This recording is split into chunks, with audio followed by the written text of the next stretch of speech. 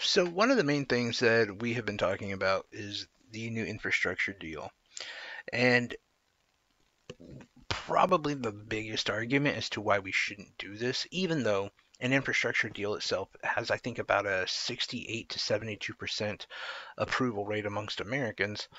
The biggest argument is the debt. And we are up, I think, $28 trillion is the American debt. And that is a lot of money. I mean, it's more money than you can even think about.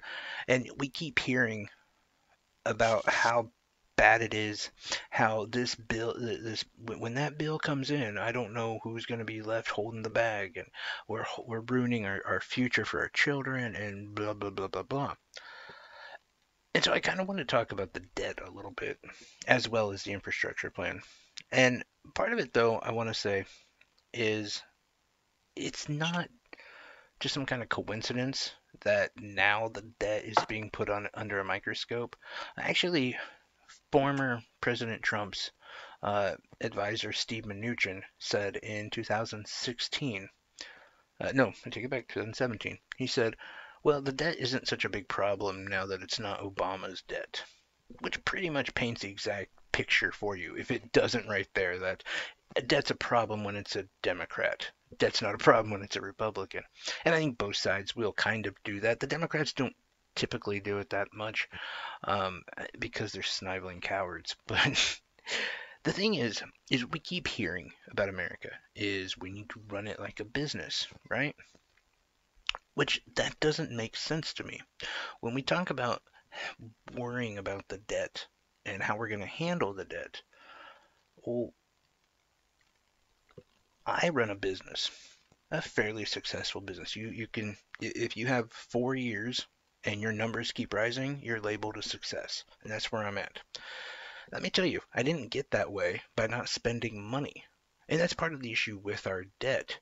When you actually look back at our debt, it's what we spend our money on, not that we spend our money. You see, if we are spending our money for growth and production, if we go back to the days of FDR when we were building roads, highways, railways, when we were going to the moon, all of these things that kind of made you be proud to be an American, well, that is positive debt spending. And it actually leads to growth and promotes a faster growing GDP. But when a lot of your debt is actually closing down your business, so to speak, and just not taking money in. When you look at the New York Times and you saw the latest article talking about how 55 of the Fortune 500 companies paid $0 in taxes, and in fact got about a $3 billion check from the government. See, that's where it doesn't make sense to me, because that's not doing a business. That's not how you run a business. No, no, you take money in, right? I mean, that's how I've made it work. I buy product, I But sell, wait, I need a bailout. I sell product. Yeah, no. um, Companies like Nike, AT&T, Amazon, they'll pay zero, and in fact, Amazon got money back. And think about that for half a second. Jeff Bezos could have given all of his employees $100,000 this year, and he would have been as rich as he was at the beginning of 2020. I mean, astronomical amounts of money, and this fool didn't pay taxes? Uh, When we talk about debt, why don't we talk about that? Well, I mean, that to me seems the most just moronic aspect of the debt conversation is we don't talk about how we actually make the money back. All we talk about is how we need to stop spending. Now, I think there's a lot of conversations about how we should spend it, who should be in charge of these things. Because, yeah, I mean, I think in France, to build a subway, it's like, I want to say it's $13 million per, $13 million per mile. It might even be a little bit less than that. Oh, But I think it's probably a lot more than that. That's extremely cheap. and it may not be mile. It might be every 200 feet, something like that. I can't remember the exact That distance. sounds better. But in California, the same fee is $200 million. And Yeah. this is France we're talking about. Unionized fucking France. you know. Bread eating, cheese drinking, wine drinking sons of bitch. Well, yeah, the we'll go on strike if you fart on us, France. They're 13 million for the same amount. It takes 200 million in our country, and we should have Yeah, those we are conversations. extremely wasteful. Yes, and we I need mean, to deal with all of that, and I'm on board for that. But it's like most things, and like a lot of things that we talk about, we don't even get to that conversation because we're debating if we should do it or not. And I said, when's the last time you heard of the government firing somebody for ridiculous cost overruns, F-35, and still like allowing them to complete their contract and blah blah blah? It's almost like they can't fire people that they contract to do work for them. no, well, that's their buddies too. And again, all of that should definitely be put under a microscope and should be, you know, something that we Well, we would obliterate. hope so, but then again, who's watching the Watchmen, and do they allow you to, is there really any accountability once you read? No, there's not. But there again, the issue kind of comes to play is this. Well, if we don't do that, if we decide we're not going to do any infrastructure at all, then we're not setting up for a future. If we were a business, we're not bringing product into our store. So what are we going to sell? What are we planning for? As our lead pipes continue to give our kids autism and other mental problems, and cities become unlivable, and bridges are falling apart, killing people. What do we have? What are we proud of? What are we doing? We And got dirt. exactly. So we have to do the spending. In fact, Biden's $2 trillion is pathetic. It's not even. I don't know what Biden was doing. It was like he must have been debating himself because on the campaign trail he said 7 trillion. Joe Manchin, who is the biggest right winger in D.C., he said 4 trillion.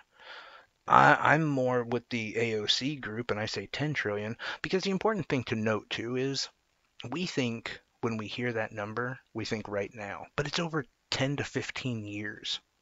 So it's really not that bad when you break it down like that. 2 trillion over 15 years is like nothing for America. We spend way more than that on the I'll put military. it into better perspective.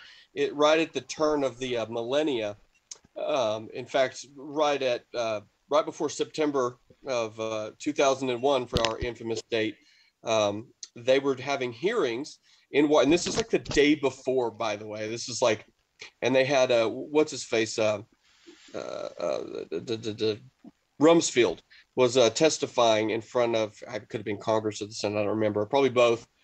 That at that point there was $2 trillion of unaccounted for military spending, and that was that was over 20 years ago. They had just lost $2 trillion, and then I kid you not, after the planes hit the tower and they got back to this hearing to hear the kind of the last thing, he said, "Oh, well, we found it. Don't worry about it."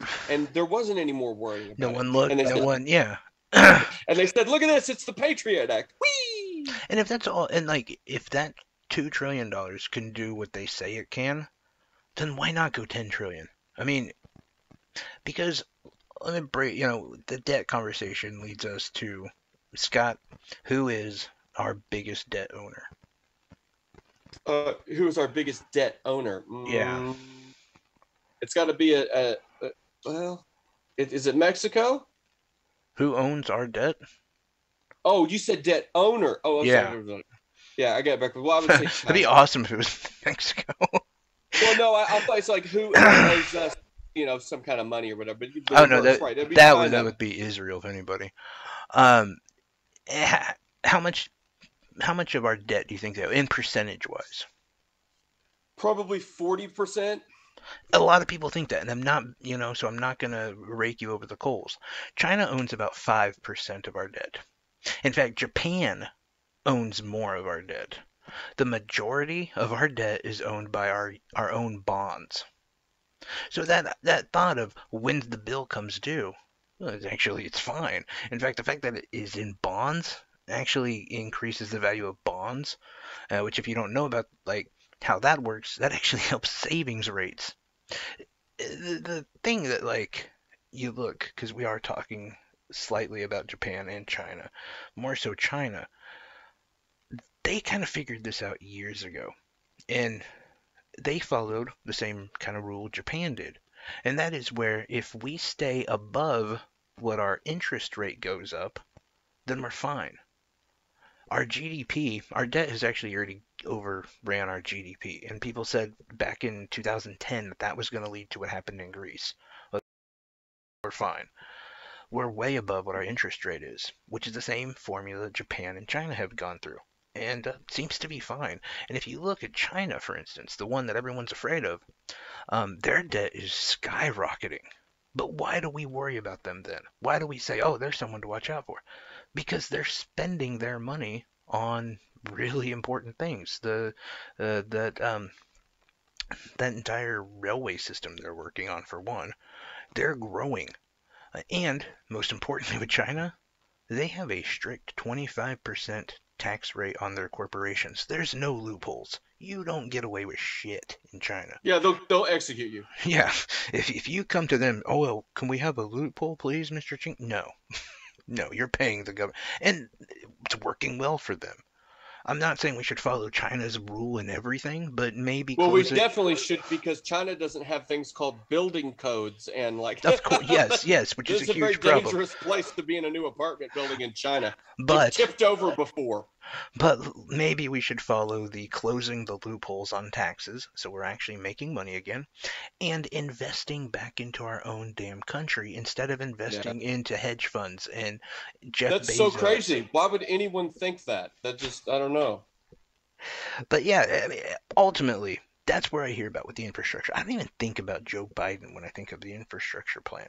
Like, I just think of something that we need to get done because it's investing back in our country. And I understand, like, there's people who have issues where the money's going, and there is some stuff that it's it's different. Like, but you can't argue that it will make a positive impact, just like the stimulus checks. I mean, for instance, like, if this is something that Andrew Yang wants to do too, like home health care. If we start subsidizing that somehow, that actually would help either way. Like, it would be a good movement because people who are just living paycheck to paycheck and scraping by because maybe they have an autistic child or a grandparent who's incontinent and can't take care of themselves, well, then that family now has more money to spend on groceries and junk like that, and it'll just stimulate the economy even better. And it's building from the bottom up. And, Well, wait. People need to suffer. I don't know what you're doing. People need to suffer. And I'm for suffering because I like to drink the suffering tears of the public. Oh, sorry, Dan. I didn't mean to interrupt you. I like to put it in my eye patch eye. It's Yeah, the that's only in my thing. glass eye is where I keep all the public suffering and tears. It's the only thing that lubricates it. Yeah, I mean, but that's I don't know. That's my whole piece on like the debt and infrastructure deal. And I wish that we could just get to a point where we can talk about the nuance of it and not debate about if we should do it or not. But we should actually talk Right. about what's in it, how much we should spend. Yeah, and we unfortunately in this country, I just feel like all of these things that we come to, we're yeah, we're debating whether we should do it or not. I think you and I were talking about nuclear power last time. We were during like one of our last segments. We were talking, and I think we were talking about theorem, I believe, and uranium, and we were just talking about the fact that like theorem is that how you pronounce it? I'm not sure what Durham is. I know it's a town somewhere. No, theorem or Thurum. Uh, no, I It's don't. an- I don't know. I don't know. Um, I'm but not trying to be it's rude. I'm no. like, what was it, like some kind of nuclear fuel? We're talking about like some kind of isotope. Oh, What we're I'm talking sorry, about? thorium. Oh, thorium. Yeah, we were talking about thorium versus uranium, and like how we should be on board for using thorium, and how it's like way better than anything, and it's better than most green energy. But we can't even have that conversation yet because we can't get to a point where we think we should move off of fossil fuel. Yeah. You know, It is really really silly. And for those of you who are not familiar with just the kind of advances in nuclear fuel technology, just go look at NASA. I honestly, we should be using nuclear power plants everywhere. It's No, really that simple. after These things don't explode anymore. They don't after melt down anymore. It's after like, you talked to me about thorium, like I started researching it. And yeah, if you haven't looked into it, check it out. You're gonna be like, why aren't we using this? I mean, the fact that they use like that plutonium plug as a safety precaution, which is pretty much like fail safe. I mean, there is yeah, and these things can be the size of a semi. They can be a tractor trailer, like size reactor that powers, 1,000, 10,000 homes. It's a different world. And the problem is we have the boomer and late people who remember, some of the even more recent accidents, but you have to understand that those are the old school power plant styles. I yeah, mean, quite literally, the old dangerous ones. They don't have to build them like that anymore. we're They not no built them more. like that to be cheap, is what they did. They did. Now they No, can build them cheap and make them safe. it's like you were talking about with China and the lack of regulations. That's exactly what Chernobyl is another situation where no Oh, regulations. I mean, but again, like that's something I would like to see in the infrastructure plan. But I can't even I have that. agree. I can't have that conversation because I'm too busy fighting for us to just have it, let alone, you know, criticizing it. And I think that's where we get in a lot of this. And I think that'll be the downfall of our country, honestly, is the fact that we're too, we won't even discuss nuance. It's either, It's I tell you what, it would be one weird day, and of course, it would have to be you and I, are of course astute opinions, but it's almost like if we could install like a dictator for just one term, which yeah. doesn't make sense, to for give him 10 years, and just give him all power, and he goes in and goes, all right, we're going to have power plants everywhere. We're going to do all this stuff. We're going to put all these people to work. Almost like change all the rules and then give it back to you how it was before, and say, are you, give control back to the democracies and everything, and then say, you know, do you think these people that are going to, I don't know. I mean, I'm not talking crazy. I'm just saying No, I you mean, almost need someone to come in and just go, look, this, the alien overlords, I'm telling you, just come on down, straighten us up. get us back on track. No, it's the FDR effect. I mean, I talk about FDR a lot, but I mean, FDR was the last president who's actually positively affected our actual infrastructure and economy. You can look into it, like you can see different bumps from different presidents, but we're talking about decades later, the FDR effect was still in full effect, like making massive differences in our country. And Well, this is a guy that yeah. if he had not died, he would have won a fourth term. Yeah, I Like, have that poster, by the way. I have an original Democratic primary poster before Roosevelt died with uh, Truman as his running mate. I have an original, it's like kind of 19, was it 1942? I'd have to look back at the primary or the year, but I have an original, like, do you really? I don't, yeah, it's like 2 foot by 18 inches, maybe 24 by 18. I don't know. It's worth some cash, I'd give you a but hand job for it. well, believe it or not, it's not as tempting as you would think. That's what you're But talking about. No, and I'll agree with you there. But it was, you got to remember also, it was a rather forced change, especially how when the banks failed, and which they yeah. didn't have to. But I mean, when the FDIC and the government took over doing that, let's just say that it was a necessary evil for his plan to stop having the banks and your money. Was one of the things that changed with the banks is the gold disappeared and the gold standard doesn't exist anymore. So he had the freedoms to do those things because he was unbound by the dollar being backed directly with a valuable metal.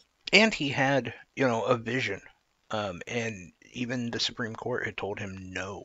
And he said, do you like to travel? Do you like to have sex? Well, you can fuck off. And that's exactly what, that's how we got a lot of what we got from him. And I just, like, I don't even think FDR was that revolutionary. But No, it it what it wasn't. is, what it is, Yeah. though, is just shows how feckless all the other presidents have been and how little Well, and difference he also they've was actually the made. I mean, you just put the war into that and the war effort. I mean, if you only know how big the Manhattan Project was in itself, between Einstein and Oppenheimer and the cities, the literal cities that they built from scratch No, to and produce I won't one downplay. bomb.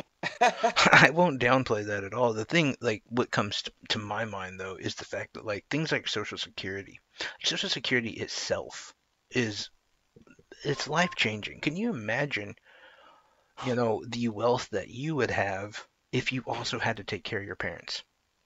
You know what I'm Yeah, saying? which people used to feel indebted to Exactly. do, which they no longer feel that way. Exactly. Like just that alone. Not to mention the minimum wage, not to mention the child labor laws, not to mention, union his pro-union stance, which I know, but Mr. BitChute listener, that brings on the evil commies, but like all of that, and again, I think like for when you look at it, you're like, yeah, this all makes common sense.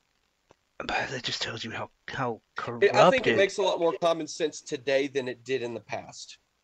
You might be right. You might be right. He might have been a Well, I mean, visionary. that just backs up your idea of somewhat visionary thing. But my point with the building the cities was that in order to fund the war effort, you had to get that populism and nationalism going strong in order to get people to unite to not only before the war produce weapons for everybody else, but to jump into the fight was a really big deal for us. And the Japanese gave us that gave us that opportunity.